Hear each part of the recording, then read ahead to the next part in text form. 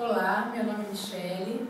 Viemos aqui mais uma vez para falar sobre mais um item do nosso relatório anual, que é o passivo de contingentes.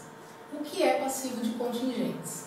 Passivo de contingentes é uma obrigação possível, mas incerta, que deve ser informado à ARNESE por escrito qual é o nível de risco de perder ou ganhar.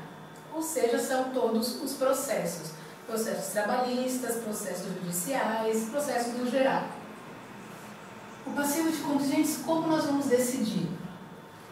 Se ele é possível, possível mais, possível menos ou remota as chances de risco desse processo ser ganhar ou de perder esse processo. Se as chances forem possíveis ou mais que possíveis, devem ser encaminhados para a ARNESE um relatório que será feito por um advogado que vai avaliar todo esse processo, qual é o risco de ganho ou perda, e ser enviado para nós para efetuarmos a provisão. Um outro assunto, o reconhecimento das receitas.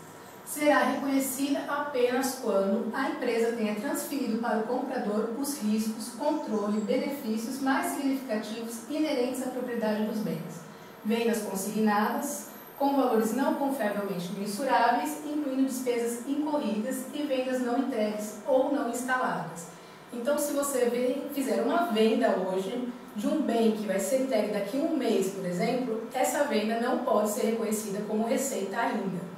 Só depois da entrega do bem, da instalação do bem, ou seja, depois que todo o controle do bem for transferido para o comprador. Além desse, temos a conjuntura econômica. O que vem a ser a conjuntura econômica? Deve ser considerado e informar se há probabilidades relevantes de ocorrer em futuro próximo mudanças significativas que possam gerar prejuízos importantes para a empresa. Então, deve ser avaliado no mercado, hoje, toda a situação do mercado, e avaliar se vai existir alguma mudança muito relevante que ofereça um risco de trazer um prejuízo para a sua empresa. Se houver essa mudança deve ser informada e enviada para nós também em relatório para que possamos fazer o registro. Esses são todos os nossos assuntos que estão no relatório anual obrigatório, por lei, deve ser informado em todo o balanço patrimonial. Todo mundo tem que verificar e mandar para a gente esses relatórios que devem ser elaborados pelo cliente e não pelo contador. Verificar na apostila o modelo do relatório que deverá ser enviado à ARNESE, que todos vocês já receberam por e-mail. E agora você precisa se organizar, trabalhar e se adequar às rotinas para fazer tudo isso que a gente já explicou. Lembrando a você que todo o material está no site www.arnese.com.br dentro do item tabelas.